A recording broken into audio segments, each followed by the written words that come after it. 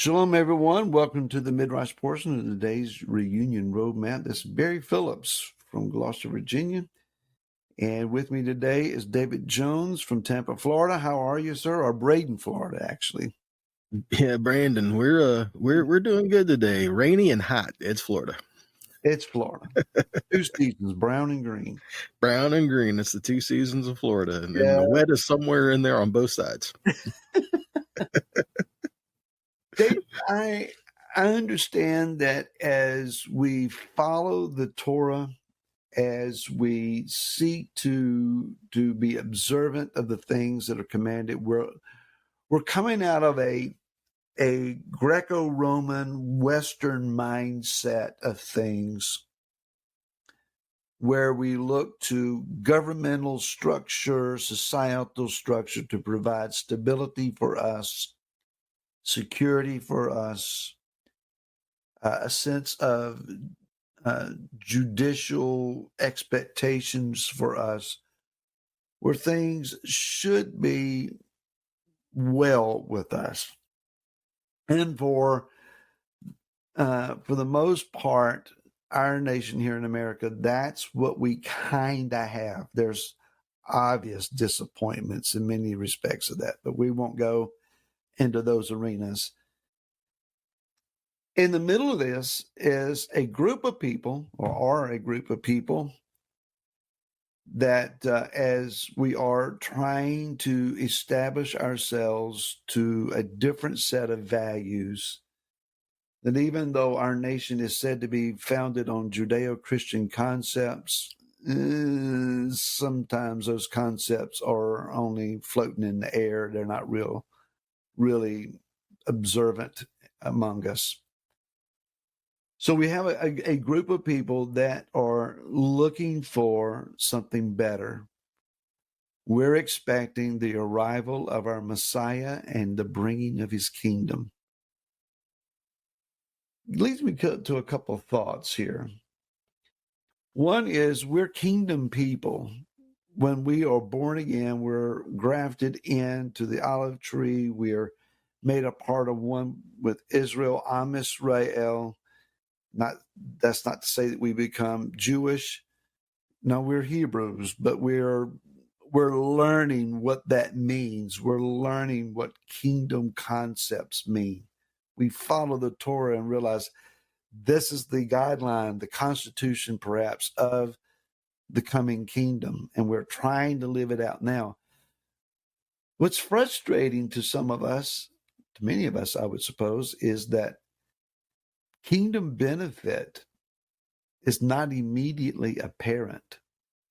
What is apparent is more of the Greco-Roman world system results. How do we balance this out? What do we do with this? Are we willing to persevere and endure? Well, there's some novel concepts. Are we willing to persevere and endure through the present systems of this world while we await the kingdom?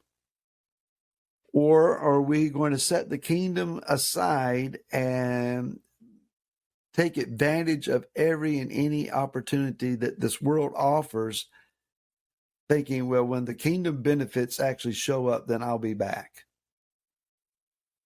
Are we in it for the road of least resistance, or are we willing to cut a path that says the kingdom is what is real, and I'm going to stick with the kingdom benefits of the Torah, even though they don't show up yet? I don't know. That's me. Maybe you're already sitting over there in Florida and kingdom benefits are raining out of the ceiling on top of you. How's it going with you guys? We got rain, but it's just water.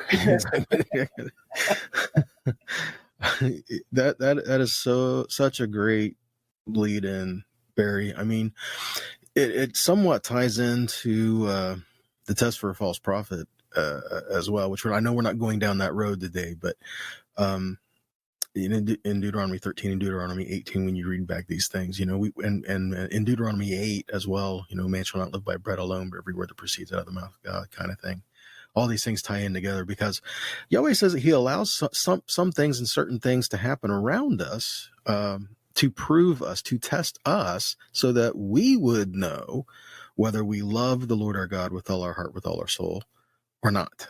And I tend to paraphrase that this way, so that we would know whether we love Yahweh or love the idea of Yahweh.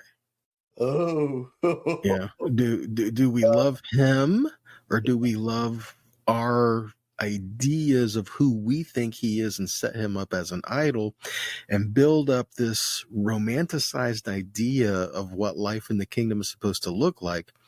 And if it doesn't look like that, did the kingdom fail me, or did my own expectations of what that kingdom is fail me? It's a perception problem. It's a perception issue. And you say make an idol out of Yahweh. That just whoa. That you can chew that for a while. that could be something that could go quite a while, and yeah, that's a deep road to go down. It really is, because that's a hard thing to fathom for many people. And I'm willing to be wrong on it, but that's just my take. But the question itself is one that's been asked through the ages. I mean, this is one that Yeshua's Talmudim asked Yeshua. Are you at this time going to restore the kingdom? Are you at this time going to make all this happen? What were they expecting when they said that? Well, I think that immediately they were thinking the end of Roman occupation. That's right. The right here, right now, the destroy the Romans because they're oppressing us, and we can't freely live in a Torah society, and we want to live in a society like you said you wanted us to, and we can't do that because of the Romans. So you're going to destroy the Romans and set up your own rule, and we're going to rule with you, by the way, right? Yeah, and this maybe also would have included in our mind the end of the religious oppression of the professional system.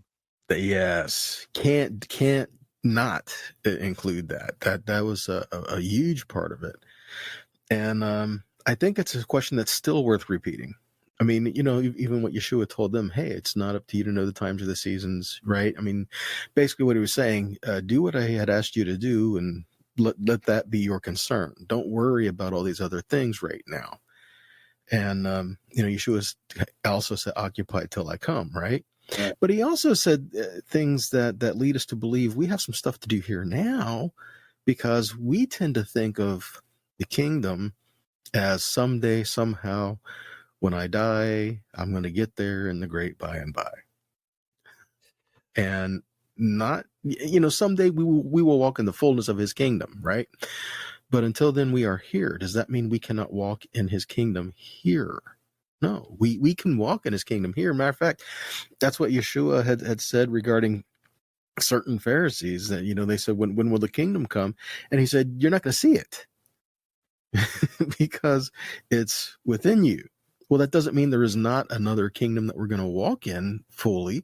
What he's saying is, it is in you and how your expression of one another and how you live your life and the things that you do toward one another, what you make of it right here, right now. This is not like physical buildings and things you're going to see. It's beyond that. And in order to see beyond that, we have to look within ourselves first. It's much like we have to look and see what we can't see. We have to look into the eternal, not the temporal. Well, because let's look at something practical here, if I can interrupt just a second. Sure. The law of the Shemitah. We're not seeing supernatural increase in a 6th year of the 7th year cycle to where we don't have to plant anything for the 7th year because we got such an abundant crop. At least I haven't seen that. Do we even know what year the Shemitah cycle, which we're on? Well, it depends on who you ask. I mean, there's more varied opinions than you can count. Right. Every 50 years, are we allowed to completely cancel our debts and start all over again? No. Are we seeing our enemies flee from before us supernaturally. No, insurgents everywhere seem to gain an upper hand more often than what we should outclass them, outman them, outgun them with technology and so forth, and yet they seem to still manage to do inflicting harm. I mean, just look around and see how many maimed men and women have come back from Afghanistan and Iraq, etc. The kingdom benefit is not fully enjoyed except when you begin to realize we have the kingdom opportunity of building community. That's a great place to start that. Yeah. We are learning the beauty of Shabbat. We're finding joy in celebrating his Hamoedim, his feast days. We're beginning to see an increase, just slightly, of those that are identifying as Am Israel. The years of bickering, fighting, and dividing are it seems like that there is a slowing of that tide, at least what I'm seeing, and maybe a greater willingness to be amiable, agreeable, noting, yes, you see it different than I do, but I want to be your brother. I want to be your sister. I want to function in community. That, B'nai Yosef, that's what we're all about, is finding the middle ground, the healing ground, the restoring ground, and getting people to stand on it. And we're just beginning to see the effect of that. So there is kingdom benefit. It's just not in the more concrete, practical aspects as much as it is in the relational and community aspects. I didn't mean to interrupt. I'm sorry. No, that was good. That's a perfect insert, because it has to start with our heart. It has to start within us and what we desire. And when we desire the things that he's telling us, what's that going to lead to? Exactly what you just said. It's going to bring us to a point of coming together for his glory in his name, and not so much about ourselves. These other things, they'll get taken care of, because these are the things that Yahweh said is eternal, his word, first and foremost, right? Right. So if that's the case, how can we see his word? Well, and you can say, oh, Yeshua. Okay, no, I'm talking literally us day to day with how do we see his word? And in my thinking, it's by our actions of doing it toward one another. Right. And I think that's a good place to put it. How do we live in the kingdom and have the blessings of it? Obedience to what Yahweh has told us will bring the blessing, not just to us, but to others. And I think that is the thing that people are going to see. They're going to see his kingdom even when we pray, thy kingdom come, right? What comes next? Thy will be done. Where? On earth. Right. And how does that happen? With us. And I think it's a good place for us to start. Look at our heart. And is our heart really centered on the kingdom, centered on Yahweh and his word, his life? Then we're going to have a role to play in seeing that kingdom happen here now. Well, the reality is, David, that the kingdom will come for those that have been looking for it and waiting for it and seeking it. Those that have rejected the kingdom at this point, saying it's not worth the wait, will they even receive the kingdom when it comes? Will they even recognize the kingdom when it appears? Or will they still be combative against it, saying, it's been done away with? That's good. Turning away from the field, right? Yeah. Well, I think that pretty much puts us close to the end of this broadcast, Barry. Is our hearts willing to portray the kingdom, not just within ourselves, but as an expression toward one another? Be in the fields, don't grow weary, and don't get faint-hearted, because Yahweh says, if we search for him, we will find him if we search wholeheartedly, and don't give up. Amen.